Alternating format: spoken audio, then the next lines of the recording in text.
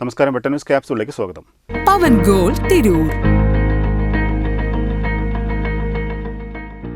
ഏവർക്കും Mitra ഡയമണ്ട്സിന്റെ Christmas new year ആശംസകൾ.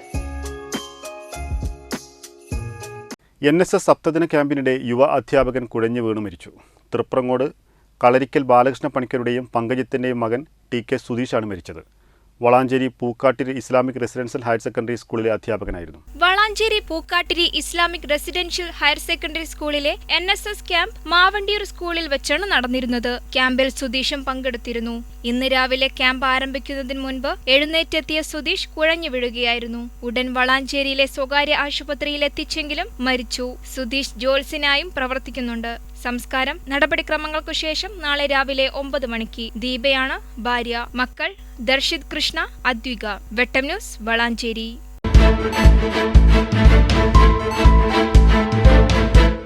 എന്റെ ഇഷ്ടങ്ങൾ എന്റെ ഫാമിലിക്ക് അറിയാം.